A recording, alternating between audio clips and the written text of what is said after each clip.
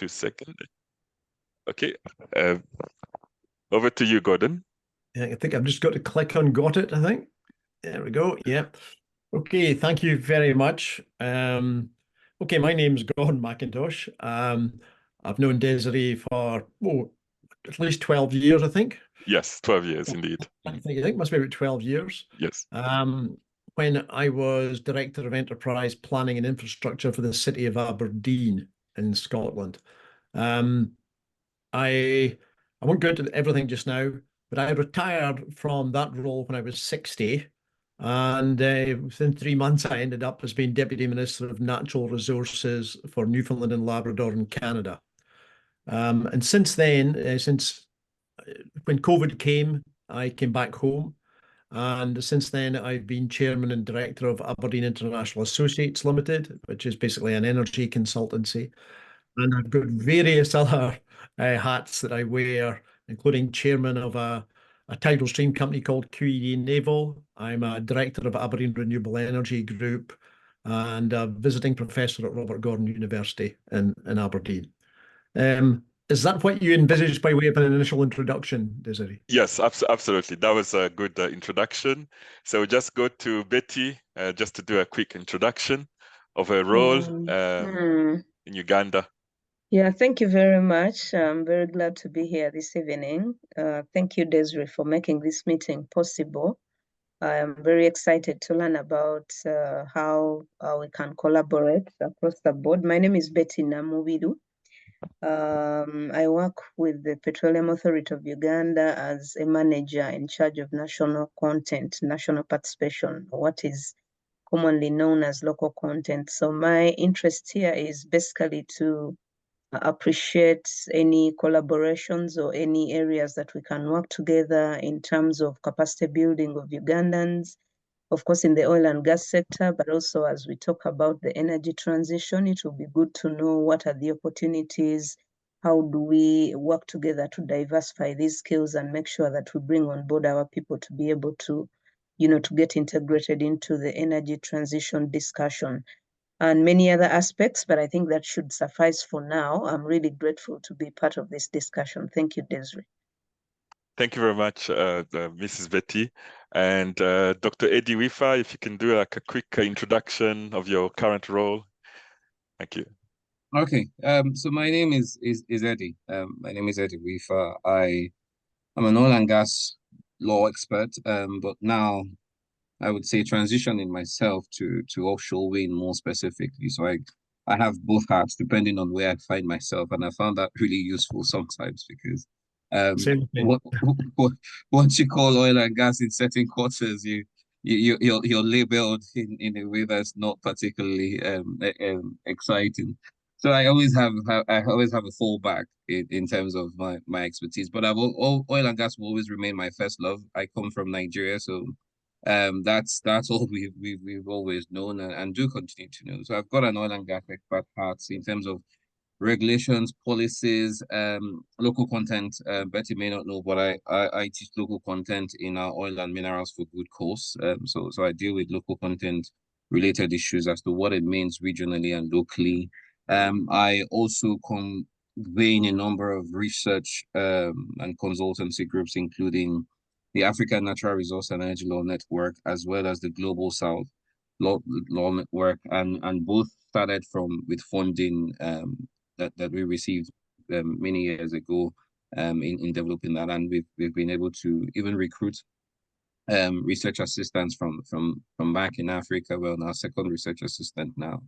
And we continue to do some of these collaborations and I move around doing consultancies, trainings around Africa and Europe. And then I advise governments on regulatory issues. I've advised the UK, US, Australian and Norwegian governments as well. So, that's a little bit about myself. Thank you very much, Dr. Wifa. And I'm going to ask Klaus, who is a young lawyer from Uganda, who is also undertaking an energy policy course at Aberdeen University, just to give a quick introduction of himself. Thank you. Thank you so much, Desire. Good evening, everyone. Very glad to be here. My full name is Klaus Mukumbi James.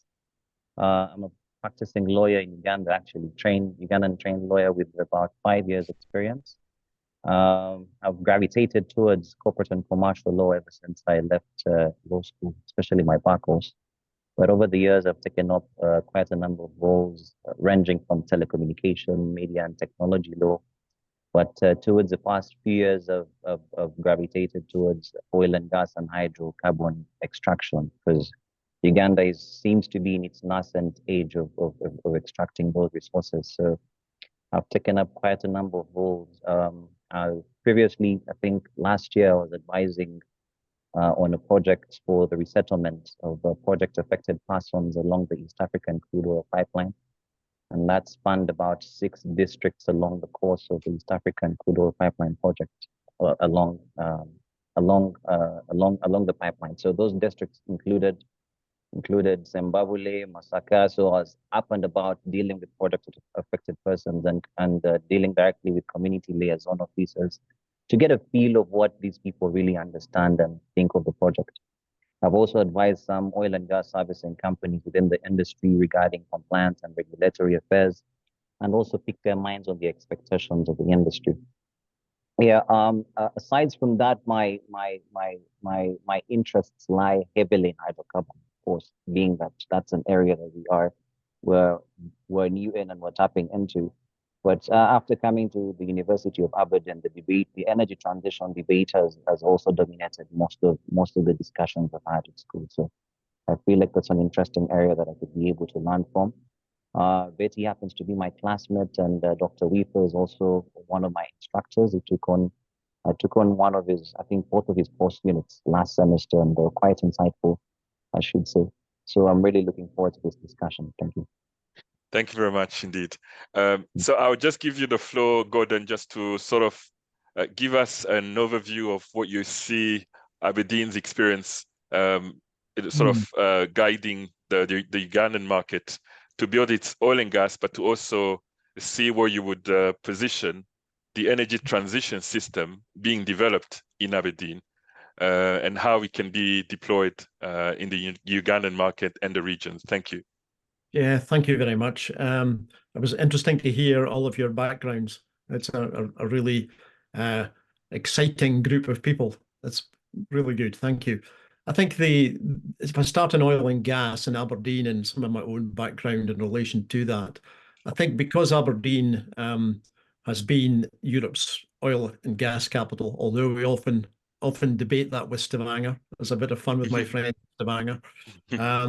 Because of that, the UK government tended to, from about 2005 onwards, started to use me as the voice of Aberdeen in various parts of the world. And when it got to around, I think it was 2011-12, I did a first piece of work for the UK government the first piece was in Ghana, looking at local content there, but also infrastructure requirements. And increasingly, I got involved with the Prosperity Fund, if any of you remember that. And so in 2012, 13, 14, 15, I worked for the Prosperity Fund in the Foreign Commonwealth Office on a secondment basis for part of the year, and they paid Aberdeen City Council for it. And so I worked in Tanzania, principally in Mozambique, especially in Pemba and Cabo Delgado, working with the governor there, but also with South Africa and in particular with Uganda. So I did visit the team in Kampala. In fact, I think it was in Entebbe. I think the team was based, if I remember, visiting the team there. And I remember meeting one gentleman whose name I forget, but he had gone to Dundee University there, Betty. I don't know if he's still there or not. So, and we did discuss local content in some measure. I didn't do anything directly for Uganda at that time, but I did do work for Tanzania in terms of the Prime Minister's office and the Tanzanian oil development company, TZDC, I think it was called, wasn't it? Yes. But also in South Africa and, of course, in Mozambique, working directly with the president and his team there.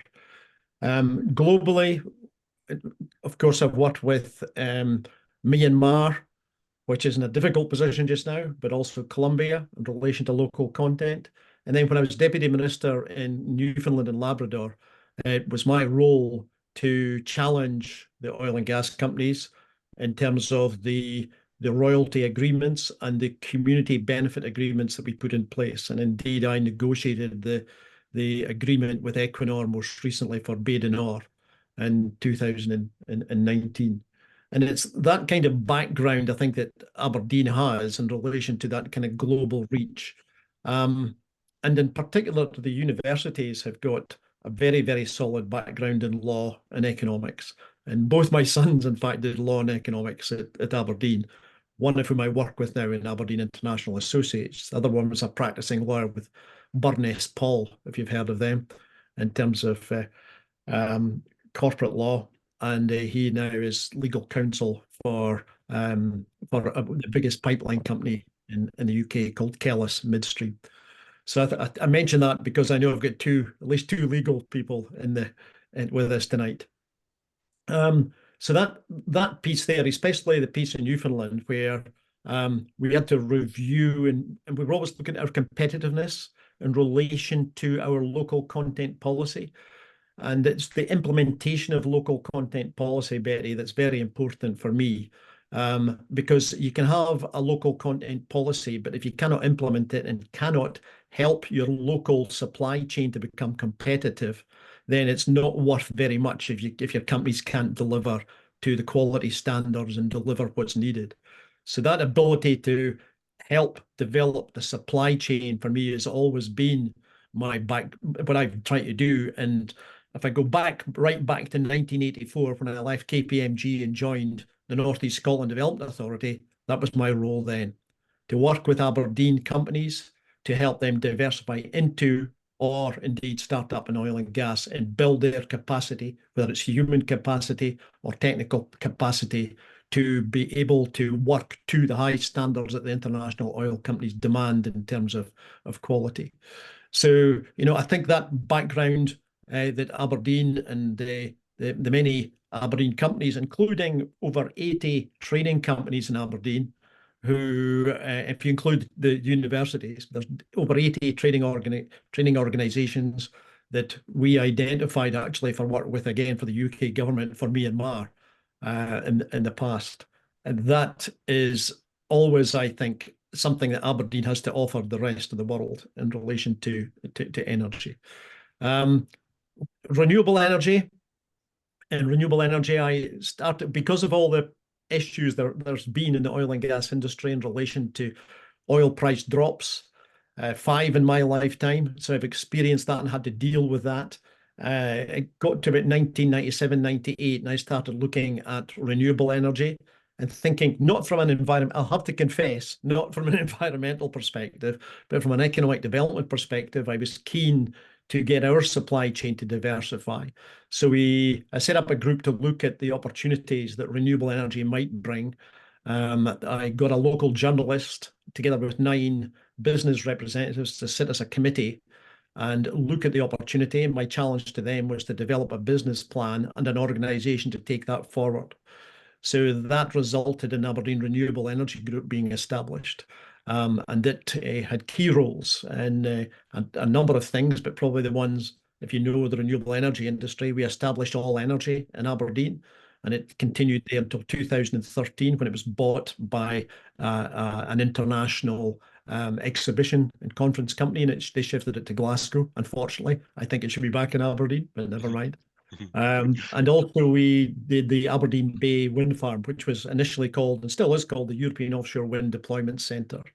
So, and I was a director of the Aberdeen Bay Wind Farm together with Vattenfall, representatives of Vattenfall, who were the private sector partner. Initially, the partner was AMEC, who were taken over by the Wood Group, and so now don't exist. But they sold out to Vattenfall in 2008. There's a whole story just about that wind farm. So in 2011, I started looking at hydrogen and introduced hydrogen to Aberdeen. And I think, in terms of hydrogen, it will have an important role to play going forward in renewable energy. In particular, there's huge opportunities just now in the North Sea from taking offshore wind and producing hydrogen from it, and both using it locally. And I currently chair the North East Scotland Hydrogen Ambition Transport Steering Group on that front. And that builds on the work I did through to 2016 when I retired.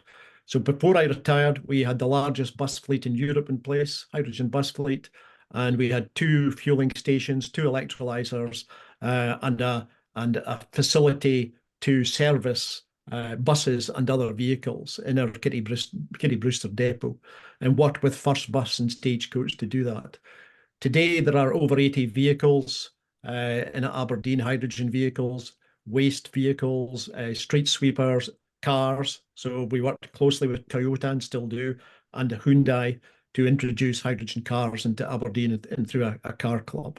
At the moment, there's a development between the City Council and BP to build, because we need more hydrogen now in Aberdeen, ironically, to build a solar farm backed with wind. Yes, solar in Aberdeen, believe it or not, to produce hydrogen and to build a 3rd fueling station. And in the meantime, the new exhibition and conference centre in Aberdeen is powered by fuel cells that actually they're made to use hydrogen, but not hydrogen just now. So they're putting natural gas through the fuel cells, but it will be hydrogen ultimately. So since that period, I worked in Canada, as I said, in renewable energy as well as oil and gas and mining. And we currently have clients such as Scottish and Southern Energy, SSE, CIP, the Danish company, advising both of them on Power to X and how they go into hydrogen. And I'm an advisor to Canada's Ocean Supercluster on all renewables, but also Power to X. And I'm an advisor to the government of Nova Scotia on Power to X and advised on their first offshore wind licensing round. There's various other things. I'm the hydrogen advisor to the government of Colombia. Sorry, not the government of Colombia. It's actually the Colombian Gas Association, but they're funded by the government of Colombia. So we've got a wide range of experience. There are many other companies we're working for at present, but we as a company have a wide range. But Aberdeen itself is moving rapidly into renewable energy. And like us as Aberdeen International Associates, many of our companies are moving quickly to renewable energy.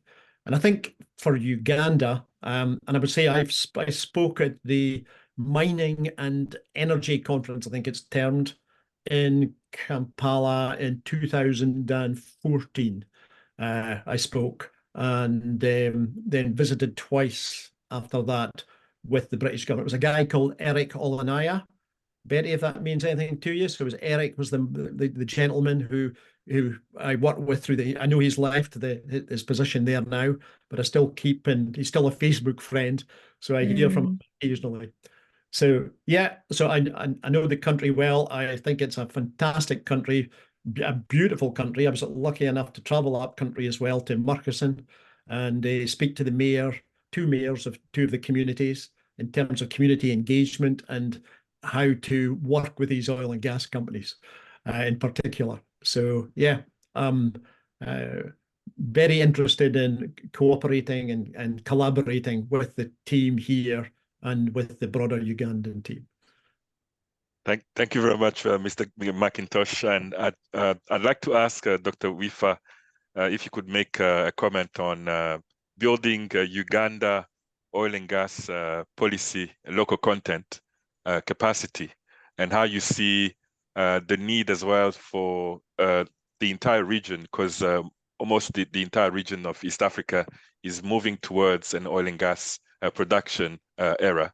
What would be your best advice to build the local content policy? Thank you. Okay.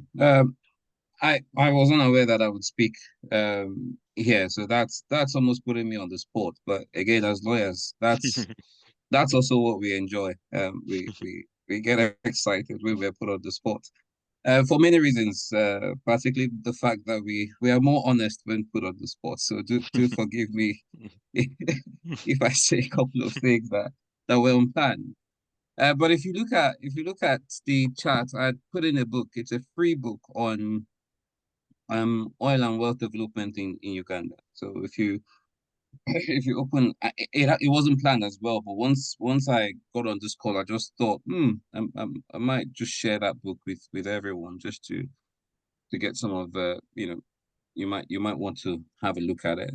Yep. And it does resonate with some of the work I've done. So I've done a critical analysis of mature oil and gas jurisdictions, Nigeria, Libya, and emerging oil and gas jurisdiction in Africa, Uganda. And some of the things we explored were factors that would lead to oil being a boom, a success, and as well as factors that may impede the benefits and in what we now know as the resource curse, something that Nigeria is all too familiar with, and unfortunately, and that's because you're dealing with a point resource. So you're dealing with something. It's a point resource, which means at some point we don't know when, it would not be as commercially viable, either in terms of the geology, the quantity, or it would be a bit more difficult or challenging in terms of location. So you have a very short window in some cases, depending on the amount of oil, to make the most of it. And so you would see a country like Nigeria, 70 years after, we are still struggling with, bad choices from the past and even making worse decisions currently. And one of those choices relates to oil sector governance and particularly local content. Now, I could spend a whole week on local content if you wanted to discuss local content, but fundamentally, what we found wrong is that we've defined local content wrongly. We have the wrong definition of what local is.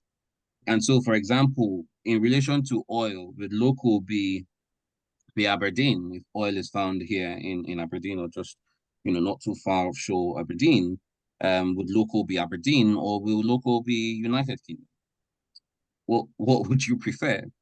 And so in our case, we found that local was defined as Nigeria. Local meant Nigeria. So even if the oil was found in the Niger Delta region, where I come from, particularly I come from Ogoni, where thousands of people were killed because of oil, notably the Ogoni 8, we have nothing to show for it because the oil that comes from that region is to service local as Nigeria. And that's fundamentally the biggest challenge because local Nigeria is 200 million people with, content from, value supply chain and all that from wherever. It's not local to the people. And so you find out that we then end up with not local content, but we end up with local labor, which isn't quite local content in its sense. So you have people doing one or two odd jobs and maybe 2,000 people and you're excited about it, but that's very short term. And after a certain phase, you don't need those many people again. And then we're back to square one. And then the people no longer getting the jobs begin to protest and to start burning, bombing oil installations and kidnapping. So again, we get back to square one very quickly. So I think even fundamentally what we define as local is crucial because that means the development would be localized, the benefits will be localized. And of course, whatever goes to the center goes to the center, but it would give opportunities for people in other regions to find what is local to them, and as well as develop and develop that as well. Fundamentally, we also found that what is the educational system like? You can scream local content all you want, but again, the companies keep saying, "Sorry, guys, you guys don't have what we're looking for." We could get a few guys in and do a few things with you, but no, you don't have our definition of local or the kind of stuff we want to work with. It reminds me of what happened in Ghana. So they interviewed in the very early years of Ghana finding oil. They did an experiment and interviewed the guys once Ghana was known to, be exploring and developing oil, and they viewed the local people in the region of like, oh my God, I'm gonna be an underwater welder. I'm gonna be this. I'm gonna have this. I'm gonna have that. 10 years after, they go back and they interview the same guys, and you can see, the frustration on their faces. None of them are underwater welders. And none of them are doing all of those wonderful things they said they would do 10 years ago. I mean, the YouTube video is there. It's over 5 point something million views now. And you could just see the shock before and after. And that's because the Chinese that came to Ghana came with even their caterers. They came with just their caterers. So local was of no use to the Chinese. They were welding. They came with the laborers. The Chinese came with everyone. They basically didn't need the Ghanaians. They might have a few, people in companies as part of the requirements in setting up certain companies, but the bulk of the work were done by these guys, the Chinese. They brought them in, and so you kind of ask yourself, if you do not develop and educate, those who are meant to take up these positions, then there's a fundamental failure, in that sense. And I think there's a political will in designing these things and getting it right in the design, but there's a like Gordon said, there's a political will that is required in the implementation. We can design all we want, but there is the need to implement them, as well as it should, because we know from our experience in Nigeria, even the design was very difficult. It took us over 20 to 30 years to pass our Petroleum Industry Act. We went back and forth, and that's because, of course, the companies know the implications of any of these changes, and so they would push back. There would be resistance. There would be lobbying. They would push back. But again, that political will must say we need to get it right, because if you don't, you're going to pay the price, and the country like Nigeria is currently paying the price, at the moment. So local content is something really broad. It's something with so many layers. Is something with is multifaceted, and we can view it from different lenses. But I just really wanted to highlight, the very salient things that we take for granted in just defining what does local mean, and in that implementation scheme, how does the local differentiate itself from from the center? Because my 11 years in Aberdeen has shown me that even Aberdonians are not particularly satisfied, and that was a bit of the undertone when we had some of these referendums and all of that. So if here, as a developed nation, where I'm seeing these things before my very eyes, I'm like, oh my God, I ran from one oil and gas trauma to another, because it's repeated itself again. And if you read the history of the North Sea oil by Alex Kemp, again, those issues are revisited. It's kind of never left. So you could do a comparative analysis of a regime like in Aberdeen, and ask what did we get wrong, and historically a lot would have favored Aberdeen because of historical backgrounds, the industry, the fishing, the all of that, but long term, it hasn't particularly maximized the oil recovery as it should have. Again, fundamentally, that question of what exactly is local. Again, I could, as a lawyer, I could keep talking for another hour, but again, I have to leave in another almost 10 minutes, but I'll stop there. Thank you, Dr. Wifa. I'll give the floor to Betty to make any comments on the presentation, and if you have any questions, and with Klaus, be happy to do so. Thank you. Yeah, thank you, Desiree. Thank you, Gordon, and thank you, Dr. Wifa, for that very insightful commentary on the issues. From what Gordon indicates, I see there are possibilities for collaboration in a number of things. Just to begin with, and to cite just one area, first of all, I appreciate your wealth of experience that you would bring to this discussion. But very clearly, what I could pick as an area that we can have a discussion about going forward is the implementation of the local content policy and how much this can influence the development of the supply chain. I think that is very key. We are looking at how best to leverage the oil and gas sector to make our local enterprises even more competitive to supply beyond Uganda, but also to move to other jurisdictions. I think this would be an important aspect that we can talk about as we build this collaboration and relationship, but also in the aspect of the renewable energy. I know we have quite a number of experts on this subject that we can bring on table to discuss and see how we can take this forward, because I know they understand this subject even more than us, but this can be a beginning point for us to decide on how we can take forward. I think those are the major aspects. We'll draw a lot of lessons from the different areas that you've worked in Mozambique, in Tanzania, in South Africa. I think this can help build the discussion even further.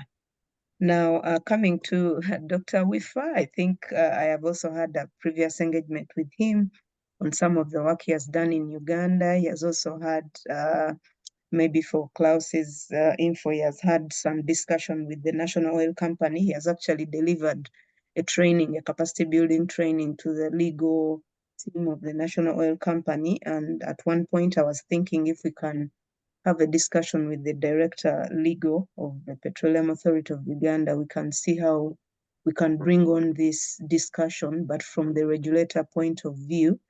And I think that is something that we can do. I really understand where you're coming from on the fundamentals. If you talk about the definition, I can already tell you that we did a lot of benchmarking from Nigeria, of course, and different countries, Brazil, Trinidad and Tobago, Kazakhstan, and on how they are doing these things. And we came up with, of course, a legal framework that rotates around local content and national participation in general. And some of the issues where we're already seeing we need to revisit is the definition. You would bear with me, you would understand, having read and having, interacted with our legal system, that maybe we need to get back and ask ourselves, what do we really mean? Because we focused more on value addition and less on ownership. But it has come back as we went into the development phase. There are a number of things that we realized that as we talk about the focus on value addition, you forget ownership. Then what does that mean? Value addition, a Chinese coming to set up a catering farm in the country, as long as they are going to add value, what does it mean to the citizen? And in terms of, actual value addition that you want to achieve out of the sector. I think there is a big discussion that we can have in that area, but also the functioning of the education system in general. I would agree with you that maybe we need to look back and see, well, there are a number of education institutions that have been established in the country to respond to the needs of the industry, but are they able to produce, graduates that are work ready? Are they able to produce for what the industry requires in terms of the skills, in terms of the competences? Are they able to interface and really give them what they expect? I think we can engage in a large debate regarding that. So from my point of view, I think this is simply a beginning of a wider debate that we can get into together with my colleagues at office, and then we see which areas can we really focus on. But I really appreciate your very open sharing and willingness to collaborate to get some of these things done. So for now, I think I would stop it here, but I see there are lots of opportunities for engagement and further collaboration to see how best we can help out in most of these things. Thank you, Desiree. Thank you. Thank you very much, Betty. Eddie, did you want to add any comments or? No, I was just saying, the reality is that the industry, the oil and gas industry, whether we like it or not, cannot function in isolation. So if so many other things are not right, and I keep telling that to my Nigerians, like if so many other things are not right, you can't expect the oil and gas industry to on its own just be, Yes. magical. But again, a country has shown that is also possible. Angola has, in the days of Dos Santos, had proved that the oil and gas industry can function in isolation. You can have an excellently functioning oil and gas country while the rest of the country burns. So again, we can get into the politics of energy, but that's another conversation. But yeah, let me yield the floor. Yes, Klaus, any comments or any questions you might have for both Dr. Eddie? Yeah, and, just a few comments. Just a few comments. Very interesting insight. I have to say that Betty has mentioned most of the plights that we are facing as a nation, and on several occasions I've discussed this incidents with her, and I bring the private sector's perspective into question, because the people I interact with on a day-to-day are oil and gas servicing companies, people that are excited about the potential and the opportunities in this space. The farm that I work with, we actually did a piece directly in respect to the ownership or shareholding of what is defined as Ugandan company. And that relates directly to our legal framework that we have in place for content, for national, or basically local content. We have regulations that have been put in place. And like Betty succinctly captures, most of these basically deal with ring fencing certain activities, but they do not deal directly with the shareholding, capturing the shareholding to include local companies. So there's a bit of frustration back home in most of the servicing companies, because we have about 16 ring fence services within the oil and gas servicing area. And these services are ring fenced for Ugandan local companies. But the issue then comes with defining what a Ugandan local company is. And we see situations where companies come from abroad and incorporate and are considered local companies within the Ugandan perspective. And you see most of these people are the ones that are taking on most of the contracts. So I feel like this debate and this discussion is something we need to really look at. We did, at the time I was writing that piece, we did case studies of Angola, and I think Angola over time been able to amend their national content legal framework to be able to cater for the locals. But if I would pose a question to Dr. Wifa in respect to what has all been said, if you were to reflect in hindsight, if you were to be able to be called on as a regulator, how best would you be able to provide for the interests of locals in a specific country that is budding and is trying to develop its hydrocarbon resource for the very first time? Just some insights on how best we can be able to implement, but not just implement, put in place mechanisms to ensure that locals are catered for at the end of the day. I've done some stakeholder engagements in Hoima, and most of these people are complaining about foreigners coming and doing basically supporting roles and activities to the oil and gas sector, providing food and providing maybe say food supplies within the catering industry is being done by foreigners. They're saying we cannot tap into some of these opportunities. Of course, we're trying to tell them you need to formalize. You need to ensure that you have a proven track record, because the industry you're dealing with has standards. But aside from that, there has to be some way we can be able to accommodate that. I feel like we need to strike a middle ground on some of these issues. Yeah, but aside from that, I think there are quite a number of things we need to deal with as a nation locally. Of course, governance will always be an issue for most of our African countries. That will always be an issue. But I think we are making some headway, and I appreciate the work that some of our regulators are doing. Petroleum Authority of Uganda has really come on and supported most of our oil and gas servicing companies in terms of sensitizing and educating people on what is required in this kind of standard. We haven't seen anything close to the oil and gas servicing industry in Uganda. So people are being pushed out of their comfort zone to be able to meet certain standards. And I think it's a good thing for our country. Thank you so much for all the presentations, Professor. That was very insightful. As a country, I feel like there's a lot of potential for the byproduct of the hydrocarbon resource. I've had so many people speak about it. We are facing with a significant challenge of woody biomass as being a predominant source of our energy. With the advent of hydrocarbon energy, we look at liquid natural gas as a potential to be able to substitute some of this wood biomass. So I think that's an area, seeing that Professor has an experience in Colombia with natural gas companies in Colombia, that's an area we can be able to collaborate on, looking at the byproducts of the hydrocarbon source. That's something that we'll be able to look into and share some insights and maybe opportunities in that space. Yeah, but aside from that, thank you so much, Desire, for inviting me. And Thank you. I appreciate it. Thank you. Your closing remarks, Gordon, then I'll stop recording. Thank you. Yes, lots of good information and potential for collaboration, I think, from what I've heard.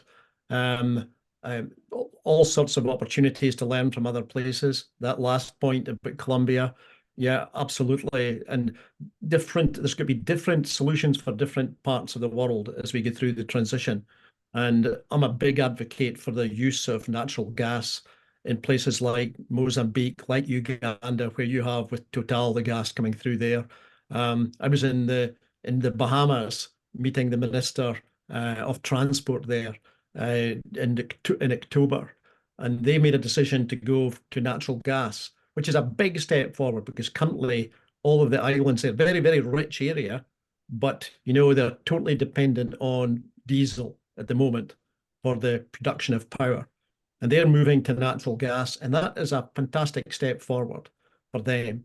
And it will be a really important piece for places like Colombia, where people are just getting natural gas.